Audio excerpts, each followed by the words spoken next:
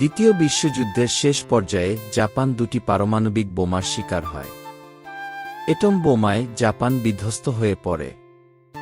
1945 সালের 6 এবং 9 August Hiroshima ও নাগাসাকিতে মার্কিন যুক্তরাষ্ট্র কর্তৃক ফেলা বোমাগুলি ভয়াবহ ধ্বংসযজ্ঞ সৃষ্টি করে, যার ফলে শহর দুটি একেবারে ধ্বংস হয়ে যায় এবং কয়েক লক্ষ মানুষ প্রাণ হারায়।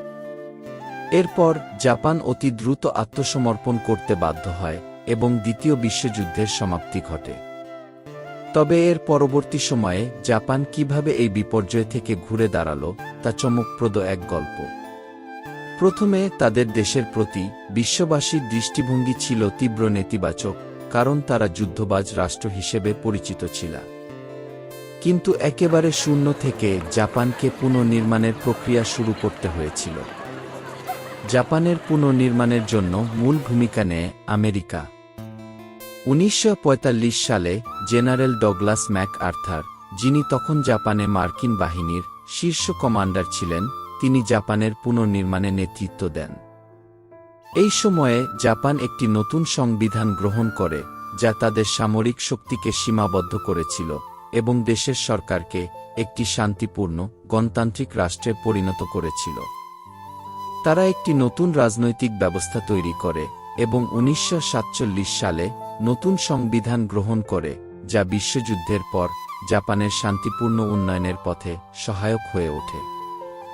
একই সঙ্গে অর্থনৈতিক পুনর্নির্মাণের জন্য ব্যাপক পরিকল্পনা গ্রহণ করা হয়। মার্কিন যুক্তরাষ্ট্রের নেতৃত্বে জাপানকে বৃহৎ অর্থনৈতিক সহায়তা প্রদান করা হয় এবং একটি বিপুল পরিমাণ অর্থনীতি পুনর্গঠন করতে সক্ষম হয়। এই সহায়তা ছিল মূলত খাদ্য সরবরাহ এবং জাপানের শিল্প অবকাঠামো পুনর্নির্মাণের জন্য। পরে জাপান তাদের শিল্প উৎপাদন পুনরায় শুরু করে। দ্রুত প্রযুক্তির উন্নয়ন ও উদ্ভাবনের কারণে জাপান নতুন শিল্প খাতে প্রবেশ করে, যেমন অটোমোবাইল, ইলেকট্রনিক্স এবং মেশিনারি। এই শিল্পখাতগুলির দ্রুত উন্নতি ও উৎপাদন ক্ষমতা জাপানকে বিশ্বের অন্যতম বৃহৎ অর্থনৈতিক শক্তি হিসেবে প্রতিষ্ঠিত করে।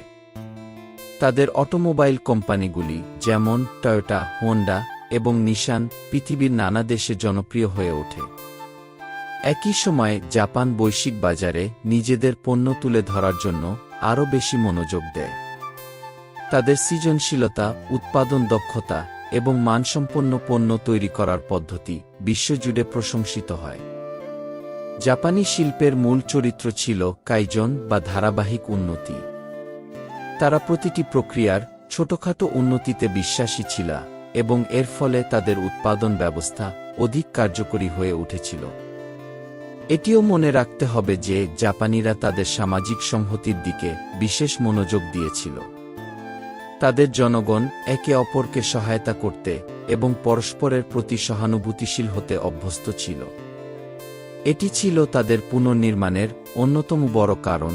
তারা বিশ্বাস করেছিল একমাত্র সম্মিলিত প্রচেষ্টায় তারা নিজেদের পুনর্নির্মাণ করতে পারবে।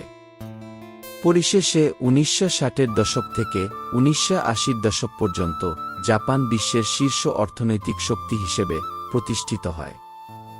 তারা শুধু প্রযুক্তিগত ক্ষেত্রেই নয়, শিক্ষা, গবেষণা এবং সাংস্কৃতিক ক্ষেত্রে নতুন ধারার উদাহরণ তৈরি করে।